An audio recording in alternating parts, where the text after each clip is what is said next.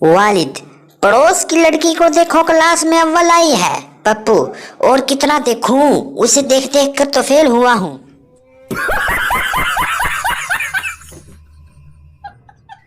शादी में जूतों की जगह दूल्हे मोबाइल छुपाओ।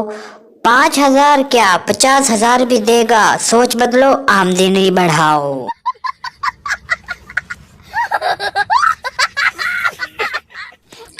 बाबा जी फरमाते हैं कि हमारे नमूने खाने से पहले हाथ नहीं धोते, मगर खाने के बाद जरूर हाथ धोते हैं ताकि मोबाइल को दाग ना लगे।